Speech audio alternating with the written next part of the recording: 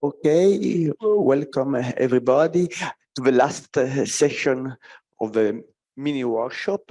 Today we have the pleasure of having with us Rodolfo Russo, which is talking about gravitational scattering and high energies. And so please, and if you have a question, you can obviously ask him. Okay, yeah, thanks very much for the invitation, and thanks to all the organizers for putting together this wonderful workshop. I was here last year, I learned a lot, and the same this year. So today I would like to provide an update on this new approach of using scattering amplitude to learn about the two-body problem. So the motivation is, of course, this picture you have seen a few times in different guises in previous talks. And the particular part of this phenomenon I'm interested in, where the technology I'm presenting will be useful, is the initial part, the inspiral part, where you have two clearly separated objects that start inspiraling. The broad-brushed picture of the approach is the following. In that regime, you can take your black holes or compact object and approximate them as just point-like particles. And the reason is that in that regime, you are working in a situation where the proper size of the object, like the radius of the neutron star or the Schwarzschild radius for a black hole, is smaller than the separation between the two objects. Then the starting point is to provide the couplings between your classical object and the gravitational field, or if you are in a theory which is richer, as more massless states, you have to provide the couplings with all the massless states. So for spinless object, and that's what I'm focusing on in the talk for simplicity, the idea is to start from a minimally coupled scalar, where the scalar represents a particle of solar mass type of masses, right? So it's an elementary particle, but it's as a huge mass and represent the black hole or compact object. And the idea is that higher order term in that action would encode structure of that object, like tidal effects. So one can start from this action, and the goal is to derive quantitative information about the inspiral phase. There is a first tension in this statement, in this idea, is that usually when you talk about amplitude, you talk not about a bound system, but a scattering problem. And that's what we are going to do. So we study, instead of the bound system, a scattering of these two objects in the same regime. And we would like to recycle the techniques developed for particle physics, constructing Feynman diagram using unitarity cuts, using string-inspired approach, using all the technology for doing the Feynman integrals to derive classical information about this classical scattering process. So that's the aim. One can state a very precise question. Can start from an in state where you have the two objects that are colliding, and they are colliding with a relative Lorentz factor that for some funny reason I called sigma, and they are separated by a distance bj, which is often called the impact parameter. So the initial state is depicted on the left, and then the question is, what is the final state, right? So you would expect the picture on the right, so the final state having two objects that have changed their angle, right? That there is a bending due to the gravitational force. And if the two objects have different masses, you would in general expect different angles. And then you always expect gravitational radiation, right? You cannot avoid that. The idea of the intuitive idea of what the final object is. And the goal is to find a quantitative description in perturbation theory in this parameter of the classical observable relevant for the final state. So the value of these deflection angles, the energy emitted, the radiation spectrum, the angular momentum emitted, and everything. So one theme I will kind of highlight in my talk is that even if it's very far from what is interesting for a bound system, it's useful to look how these physical answers depend on sigma in the large sigma regime. So you are taking an ultra-relativistic limit, and that often imposes some consistency conditions, some checks, and you'll see it has been useful in the development of the field. Of course, the idea is that you would like to extract information from this. So the general idea is what Anna was kind of already highlighting in the discussion yesterday. Is you would like to take this process, extract information about the near field behavior of these two objects, right? We don't have a classical solution of two black hole scattering, so we don't know what the effective potential is. But you can extract it from here and then feed it on in some EOB model, and then use that also to get information about the bound system. So this is the slogan. The work I've been doing in this field is based on collaboration with Paolo Di Vecchia, Carlo Heisenberg, and Gabriele Veneziano. Various different papers. I'll try to take just some bits from them, but I also try to quote some of the recent developments from other groups. But it's a huge area, so if you're interested in some particular development, just let me know, and then I can tell you maybe some relevant reference. Now, there is one interesting step, so which looks like a bit a roundabout. So we set up a problem where we talk about Feynman diagrams, scattering. It looks like a quantum problem, but at the end we want to take a classical limit. That step, of course, simplifies with respect to the full problem what we actually need to calculate, and can be taken in various different ways, technically. So the way I'm presenting to you goes under the name as the iconal approach. And two main features are that it's a very general idea. So you can apply it to many different cases. Right, you can apply it to the case I'm kind of using as a main example, so scalar particle mimicking black holes in GR, but then you can apply it to theoretical model, couple extra massless fields, Brans-Deakin, supergravity, even string theory. Actually, it's interesting that a lot of the work in the 80s started in a string theory context first.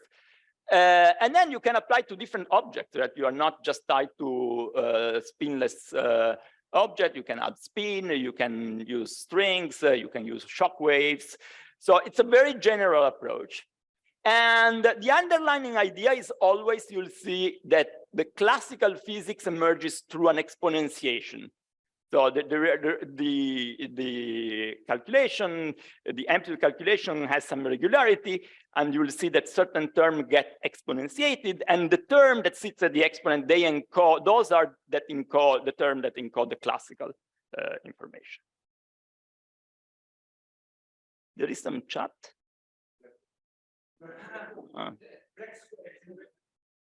Okay. Okay, so let me now start to write some equation on this idea, and let me start from a simple case where I switch off radiation. So I said radiation is unavoidable, but let me pretend that I deal with an elastic scattering, and you will see that the formalism itself will tell you when this approximation breaks down. So in elastic case, there is a simplification. You can work in the center of mass frame. At that point, you can show just the kinematics imposes that the two angles are the same, so we'll have a single angle. And so on the left-hand side, you have the space-time picture. And on the right-hand side, you have the diagrammatic picture that I tried to suggest. So the two objects exchange gravitons, and you have to calculate all the possible amplitudes where you have exchanges of gravitons between the two classical objects. Now, a first simplification is that you don't really need all the amplitude. If in the purple blob you have a loop of graviton, that would clearly contribute to a quantum term. So the idea is that you need to connect the two classical objects with all three level amplitudes. So you can have, the simplest one is all disconnected ladder type diagram, but then you can have interaction like triangle shaped diagram in the middle. So you want to calculate this amplitude and then rewrite it in terms of classical quantities. And here I listed the classical quantities. So the total center of mass energy, the orbital angular momentum, which is related to the impact parameter, and then the momentum transferred, which is basically related to the angle, right? How much the classical particle bends. In this diagram, there are also quantum quantities. For instance, a small q, which is different from this big Q, is the typical momentum of a single graviton, which is exchanged between the two objects. That quantity is quantum, and as you expect, right, is basically the typical value of that momentum is h bar over b, where b is the distance between the two objects. So since b is a classical quantity, small q is a quantum quantity. So the idea is calculate all these amplitude, rewrite them in terms of classical quantities, and try to extract to the classical limit. So that's the idea. Of course, it seems kind of an impossible problem because you need to calculate all amplitude with many, many gravitons exchanged. And actually, you see that because if you start calculating amplitude of this type, and rewrite them in terms of classical quantity, you see that when you increase the number of exchange graviton, you are increasing the power of 1 over h bar. So clearly perturbation theory, the traditional perturbation theory doesn't work here. So, and that's what you expect, because in this process, you would like to exchange a lot of gravitons in such a way that this classical object bends, right? And then what can you do? It seems that the whole enterprise is doomed. Well, the equation in the box is what saves you, right? So it's true that if you take the left-hand side, which is the amplitude, you rewrite it in terms of classical object, which is this impact parameter. The left-hand side has 1 over h bar square, 1 over h bar cube, and higher power in 1 over h bar. But all these higher power in 1 over h bar, they should combine to form that exponential, e to the 2i small delta, this exponential here, and this exponential here should go as 1 over h bar. So what I'm saying is that these terms which have higher power of h bar do not contain new information, but are just creating, conspiring to provide this exponentiation. And the right-hand side is the kind of WKB intuition we have of a quantum problem in the classical limit, where you have a large phase here, and then in front something that does not depend on, which is h bar to the 0, or quantum correction h bar, right? So what I'm saying is that we need to extract this object, and this object contains information, the information we are looking for, the classical thing.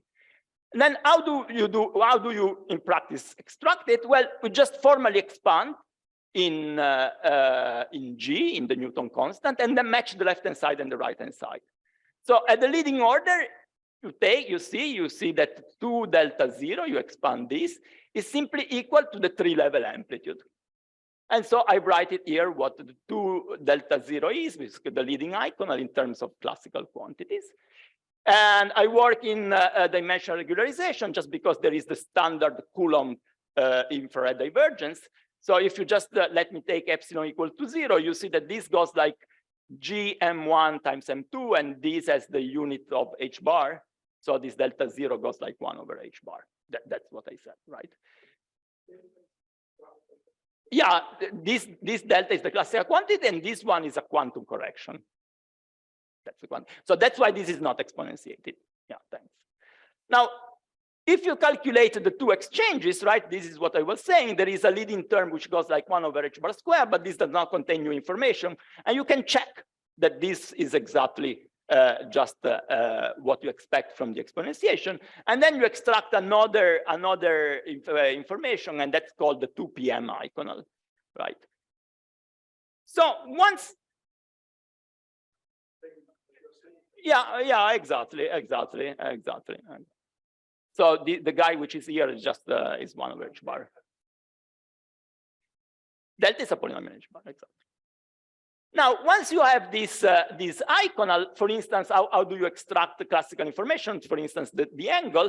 Well, I can just Fourier transform back, but you see, you do the Fourier transform of the exponentiated result. So this object contains an infinite number of gravitons exchanged.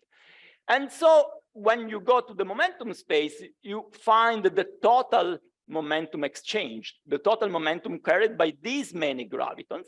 And you see that in a classical limit, you can do this in a saddle point approximation. So the saddle stationary phase idea is the trademark of getting the classical observable. You'll see this later also. And basically, you just do it, and the derivative of the iconal is the momentum exchange. So this is the 1 p.m. result. You can easily do also the 2 p.m. result by including this, and that reproduces the result by Westphal.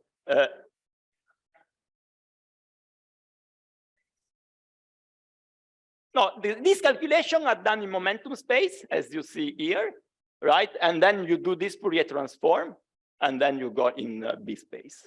Right, so we work in momentum space because the actual calculation we want to use as much as possible all the particle physics technology. Now, let me now introduce an idea in equation, the idea that I mentioned of this ultra-relativistic limit, right? So the ultra-relativistic limit is taking sigma to be large, but you want to have a bound on the energy, right? If you just take the energy, crank it to infinity, then you will have an infinite amount of energy, and then you will just create a black hole. So you take this limit by keeping this quantity fixed, where E is the total energy in the center of mass. So the limit is large sigma, but keeping this fixed. And then you can just do it on the 2 p.m. angle. So this is the, from here you read the 1 p.m. contribution, from delta 1 you read the 2 p.m. contribution. And you can check easily that this limit is regular, right? It's smooth. And this is the 1 p.m. result, it comes from here. And the 2 p.m. result vanishes in the high energy limit. So this result agrees with the scattering of two shock waves. And the idea is that, okay, if the particle, even if they are massive, but if you go in the ultra-relativistic limit, you can forget the mass and you just have shock waves. So one question that people had in the back of the mind, is this a general feature that holds at all PM orders? Yeah, sure.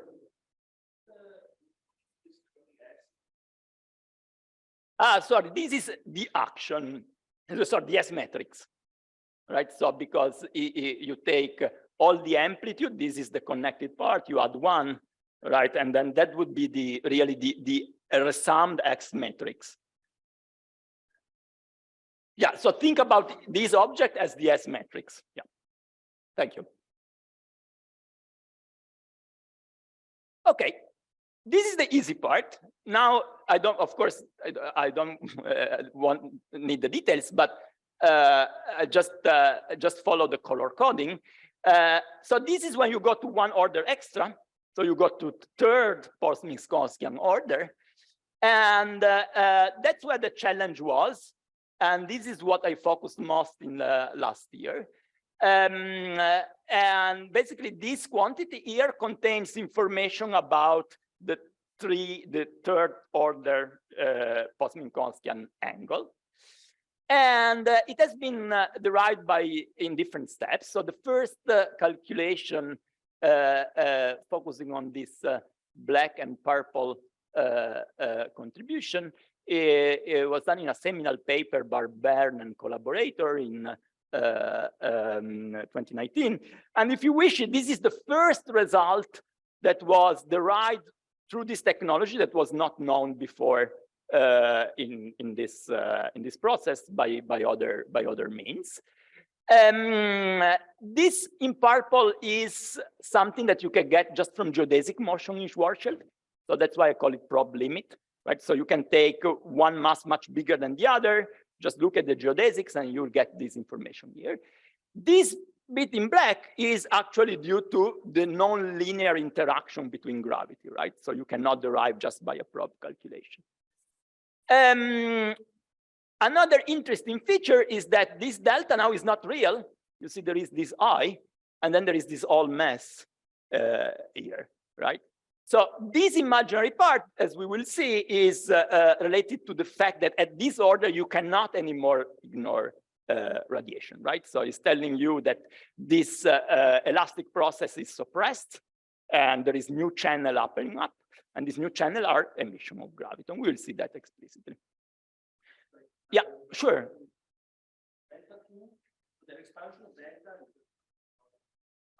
No, sorry.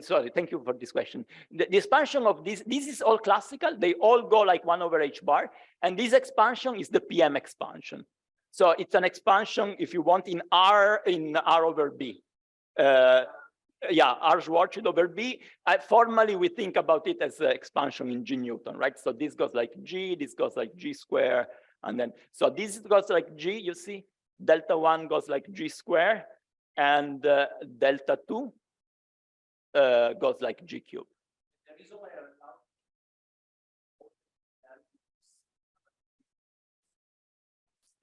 Exactly.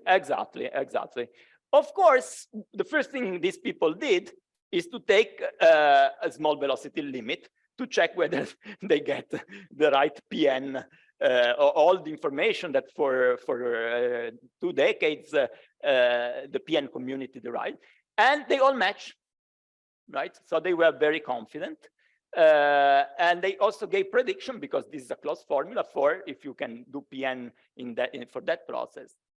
There was a puzzle that if you take this contribution and you do the large sigma limit, there is a divergence, because this object is like log sigma, and sigma is P1, so sigma large, right? So it goes like, it diverges like log sigma. So what does it mean? Okay, sorry for that. Okay, so I was highlighting this large sigma regime, and this the fact that this blue contribution canceled the unwanted regime, and the interpretation of this blue part is that they are encoding effect of the radiation on the mechanical motion. So they are often called radiation reaction effect. And after this example in unequal 8, Thibault Damour immediately used a shortcut to find this result in GR that has then been rederived by direct full amplitude calculation. Then you may worry about this matching with the PN data, right? We have new result, and how does the matching work? And actually, being related to a radiation effect, these terms are PN odd. So if you expand them for small velocity, the black ones have even power of V, the blue ones have odd power of V. So when people were confronting the conservative part, just focusing on the even power, they found, of course, agreement, and that's why this doesn't spoil that agreement. Then if you now do the ultra-relativistic limit, the divergent part cancels, and it has a finite result. So here I'm writing the radiation reaction, the conservative, and the probe contribution. These numbers sum up, and you get this contribution here. And you realize that this contribution is not only finite, but is universal. So you get the same result in GR, in n equal 8 supergravity, in n equal 4, in n equal 3. The physical idea is a consequence of the fact that at large energy, graviton dominates.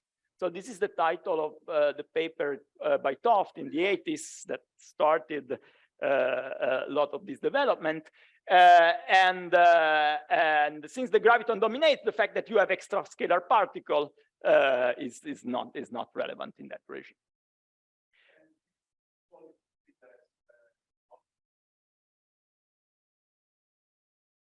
That's a good question. I don't think there have been checks at the spin because, you know, this 3 p.m. spin, people are kind of a 2 p.m. level. 3 p.m. there are results at for expansion, I think up to J square. And I have to check whether, but there is a radiation reaction. So I expect at least in an expansion of J that the story survives. We can check that in the literature. Thanks. Okay, so the other part is the other novelty of this 3 p.m. was this imaginary part, right? And I claim that that was the signal that you could not ignore radiation. So let me include radiation. So the final, I don't know how much time now, 15 minutes, something like that. Okay. Okay, thanks. In this second part, let me not commit, then you stop me when you have enough.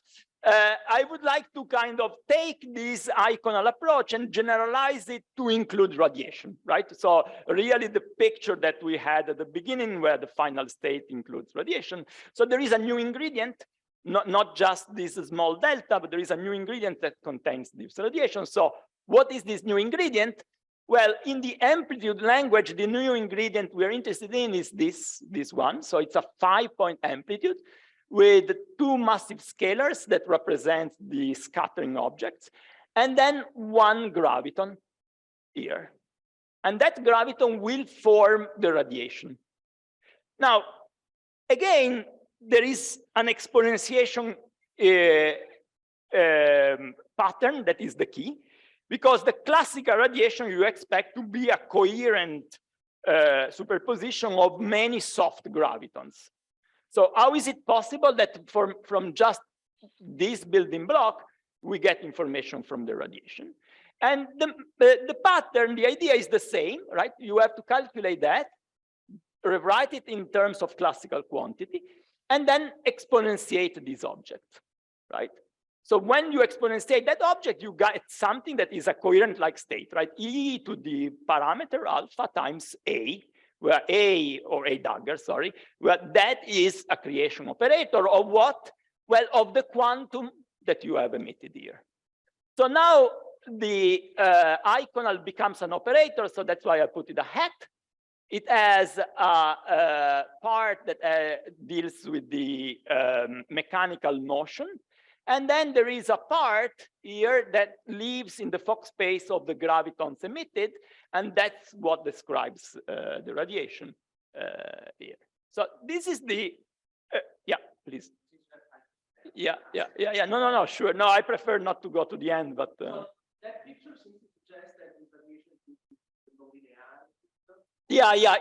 Here, okay, this is dark because even at, okay, this guy, yeah, thanks. This guy will have an expansion in G exactly as delta. So there will be a leading order, a next to leading order, an NLO, right? The leading order comes from all 3 level diagrams. So this is just one diagram, right? But you, exactly. Exactly. In particular, the soft, okay, maybe we can, if you're interested, we can discuss better. The soft part of the spectrum is dominated by the graviton attached on the external line, and this was clarified by Weinberg in the 60s. But the whole spectrum you need to take everything account, including the nonlinearities, as you say. Okay, so this is the cartoon. Now, can you make this precise? Okay, there is this. This is the way to make it precise. I will not use it. But you see, just the flavor is similar to what we did for the iconal phase. You do the calculation in momentum space. You do a Fourier transform to go.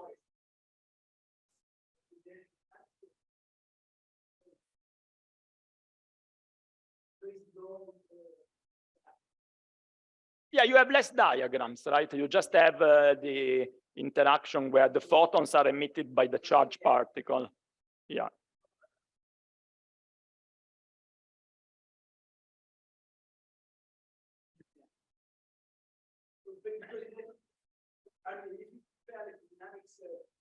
Yeah, I've not done that comparison precisely, but as I was saying, in the soft.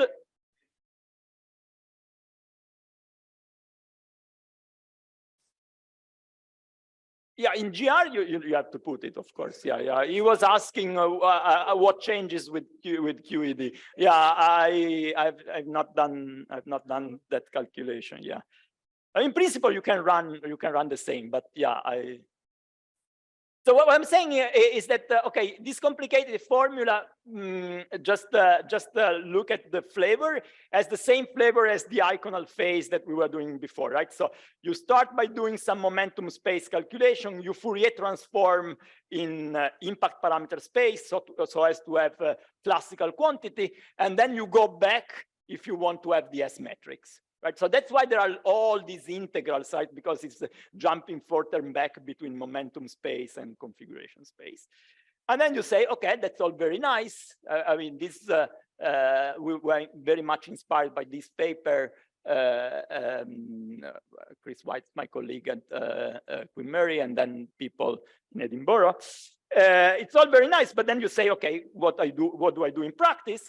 And what saves you is, again, the idea of the stationary phase, right? So you will not perform all these integrals exactly, right? But after we do exponentiation, at the end, we just do derivatives and we look for the stationary phase, and that should capture the classical quantity. So a first calculation you can do is start from this iconal operator and look at the elastic process, right? So you do a very exclusive question, right? Say, okay, I want the final state to have 0 gravitons, right? And then what you see is that the imaginary part that we had in delta 2 is generated by this part. So it's coming from the square of this object.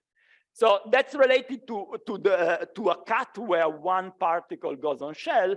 And so it's telling you that this imaginary part, right, as an origin due to radiation, and is there to suppress the elastic process. Notice that this suppression is basically is huge, because this imaginary part is infradivergent. Right, so the soft gravitons you can always emit as many as you want, right? So doing the calculation with the iconal operator reproduces this part from soft graviton and all the rest from the non-soft part of the spectrum.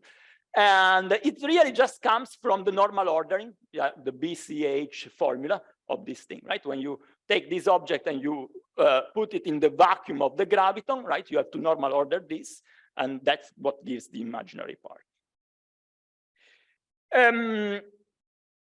Okay, then you can look at the norm, right? Classically should be 1. And in this calculation, you have to do a lot of integrals, and these are the stationary phase. Yeah.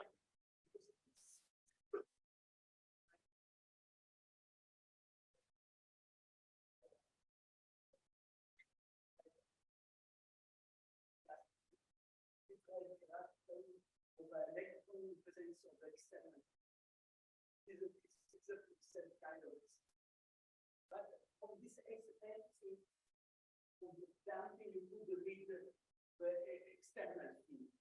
So, can you from the imaginary damping read the external? What is the gravitational? Yeah, I mean there is no external gravitational field. Here is the gravitational field of one particle on the other, right? Yeah.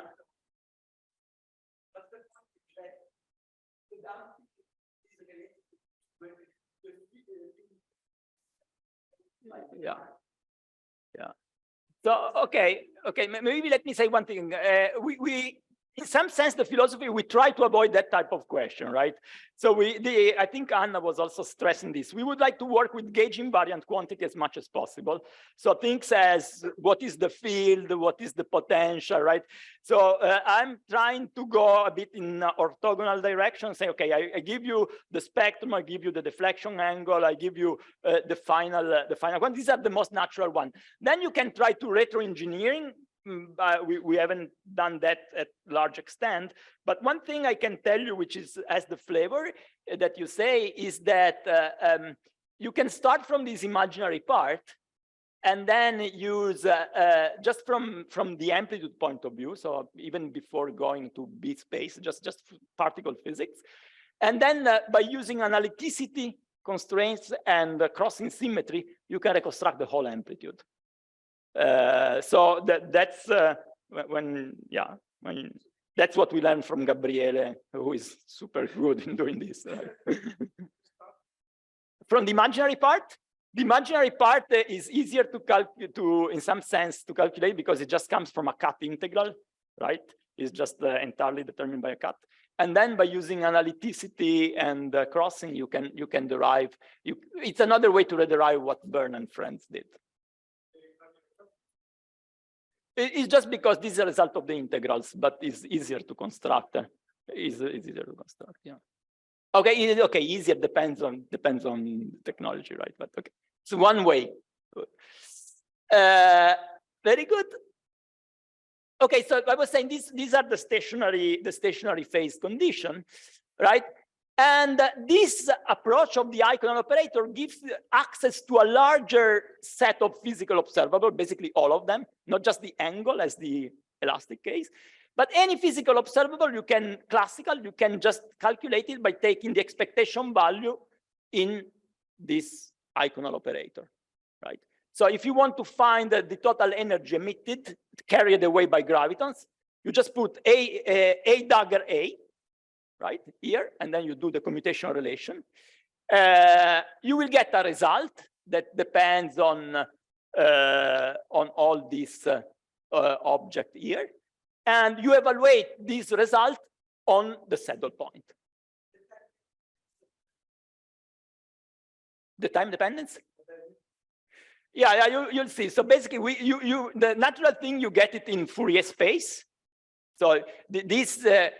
Okay, depends on the question you ask, right? So if you ask the total emitted radiation is the integral of A dagger K A K K0 D3 K, etc. Right? So it's an integral, but you could ask the spectrum, right? You could ask the spectrum here, then the result would depend on the angle of the radiation omega. That's in the Fourier space. Then you can do the Fourier transform to time domain. So the variable dual to omega will be retarded time, and then you see really the shape of the wave. So you have access to all results. Here, just for fun, I listed the observable that people calculated at 3 p.m. These are inclusive observable. So from the amplitude point of view, inclusive observable are easier because you integrate over everything. You have a smaller number of parameters, right? The less inclusive you are, the harder it is. So these are inclusive observable. P is the total energy momentum carried away by physical graviton. J is the total angular momentum carried away by physical graviton. This is the mechanical counterpart, is the variation of the momentum of particle 1. This is the variation of momentum of particle 2. So these bold quantities come from this part. They are related to radiation here.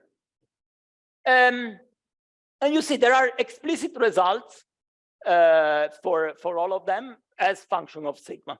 So what people did, of course, is to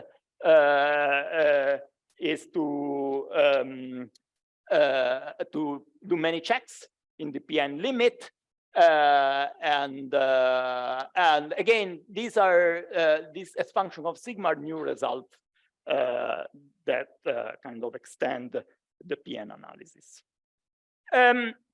Yeah. These are the variation of the mechanical angular momentum. So the particle comes and there's an initial angular momentum, and then there is a final angular momentum, really x vector p, right? And so I'm writing all of them because, as I was saying here, you can calculate these observables separately, and then you can explicitly check conservation, right? That Q1 plus Q2 plus P is equal to 0. Delta L1 plus delta L2 plus J is 0, right? So that's the conservation law. So this bit was derived in this paper. This paper here derived the J, and we derived this mechanical angular momentum just using all different techniques. And then, of course, people cross-checks that the other results work. Yeah, literally, yeah, you take this delta L1, or like, let me do it here. You take this, plus this should be 0. I mean, it should come from the fact that we always use diagrams that conserve the energy and momentum, but there is all the exponentiation, the stationary point. So it's not entirely trivial that at the end, it works, right? So if you want, it's a cross-check. Exactly, you didn't miss any diagram, you didn't do any mistake when you calculate the integrals, because I mean, all the technology I'm hiding from you is then how you do the Feynman integrals, right? And the integrals that enter in each of these objects are slightly different. So, I mean, if you make a mistake, you'll spot it this way. And then you can ask the same question. What happens at large ultra-relativistic limit, in this large sigma? Are these new observable well behaved? And there is a bit of hope. You see, there is here a log singularity. It appeared twice, log sigma and log sigma. And this function F2, F3, G2, and G3, actually, they are the leading term is related. So again, it happens that in large sigma, this leading log sigma singularity cancels. But in this case, it's not enough. So if you, for instance, if you look at the energy radiated over the initial energy, in the large sigma limit goes like this. This object is finite, but this object goes to infinity. So something is strange because you emit more energy than you had at the beginning. So clearly, even if these answers have a sigma and look kind of completely relativistic invariant, they cannot hold for all values of sigma. So the interpretation people have is that for these quantities, the we should put forward, is that for this quantity, the PM expansion, right, this delta 0 plus delta 1 plus delta 2, right, this PM expansion is breaking down. Right?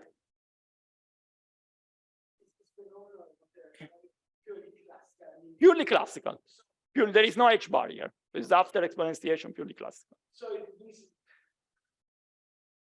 you put the computation classical, not only do that from the technical aspect. Well, I mean, what I'm saying is depends on your doing calculation, right? So what I'm saying is that the problem is the PM expansion. Right? So whatever you do, if you just try to expand in PM, but let me finish and then you'll see where the catch is, right? Yeah.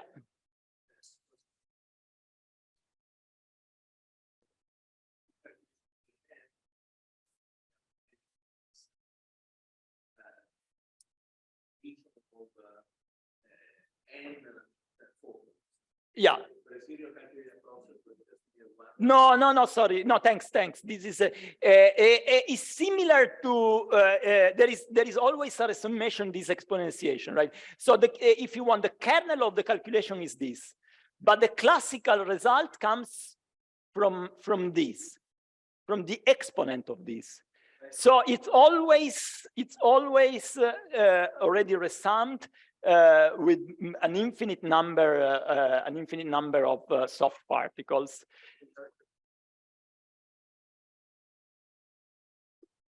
No, the process is this. The process is this. Yeah, but the process is this. The diagram is connected at the end, but you see, it's exponentiating the same.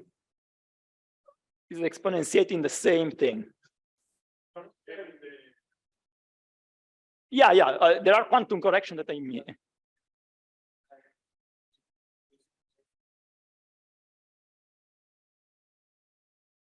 Yeah, that's good question. That's good question. Very good. They do not give classical contribution. So this has been checked in GR by Britain collaborators, right? So it's even 3 level is not an easy calculation, so you need amplitude expert.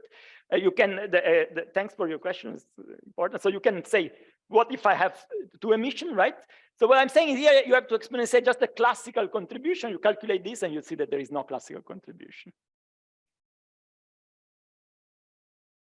So when is breaking down? So the breaking down is that, okay, it's true that sigma is a free parameter. Theta, the deflection angle, is a free parameter, is a small free parameter. I think I need just 5 minutes if that's okay. But you can be in a regime where root sigma times theta is bigger than 1. This is small, but if you then take root sigma, you make it as big as you like, at a certain point, this thing will be bigger than 1. And that's where the PM expansion breaks down, because this theta is R over B. That's the PM parameter. So this was already known to GR people in the 80s. Very hard paper for me to read, the one by Edith. What we pointed out in this paper is that you can see this very clearly in the soft part of the spectrum. It's not something I'm doing here, but if you're interested, I can show you. So this is an expectation that for the soft part of the spectrum, you can show exactly. That the reason why you can do it for the soft part of the spectrum is that Weinberg allows to resum the PM expansion. So you can really resum the PM expansion and see what happens when you expand the result in this regime or in the opposite regime. I just wanted to, so this is a bit of a point that if you want, exactly, if you want to take the full energy radiated in the large sigma limit, then you add first to resum the PM expansion and then take sigma large. Yeah, that's correct. Very good. So I would like to conclude with a couple of slides on recent development. So all I said was 3 PM. What about 4 PM? Bernan collaborator and Porton collaborator had a series of papers.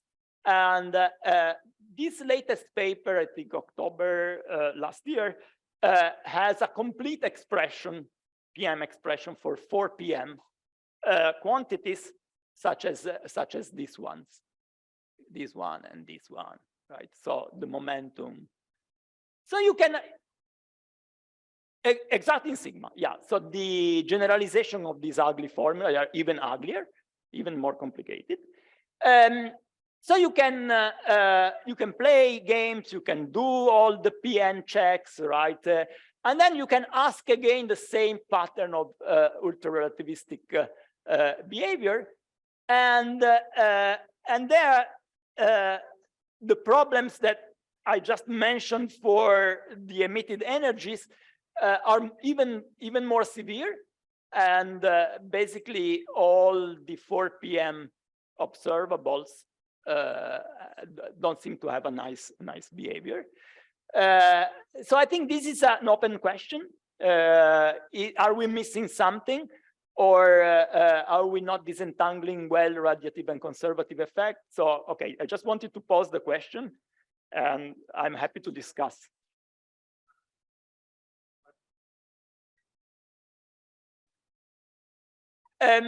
the pattern is different, right? Yeah, we were expecting similar pattern. The pattern is different, and so yeah, I can tell you that it's not the same.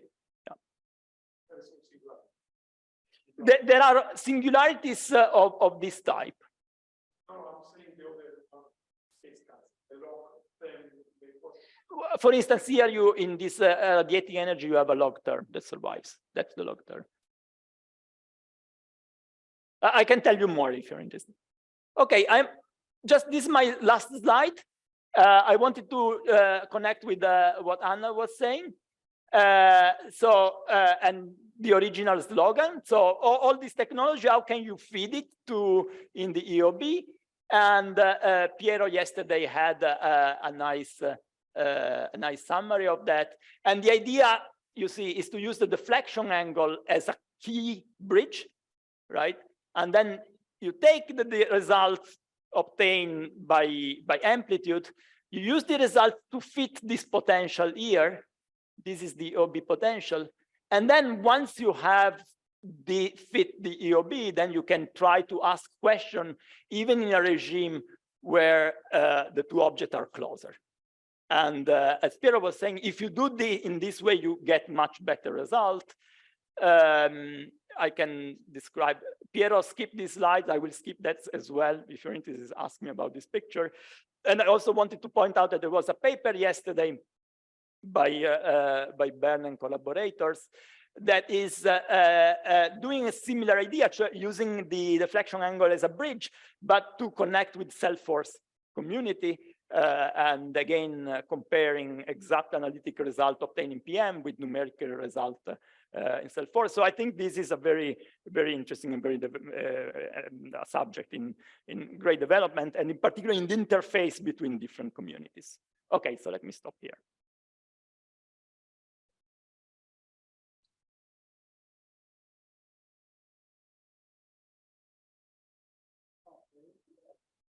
Are there more questions or comments?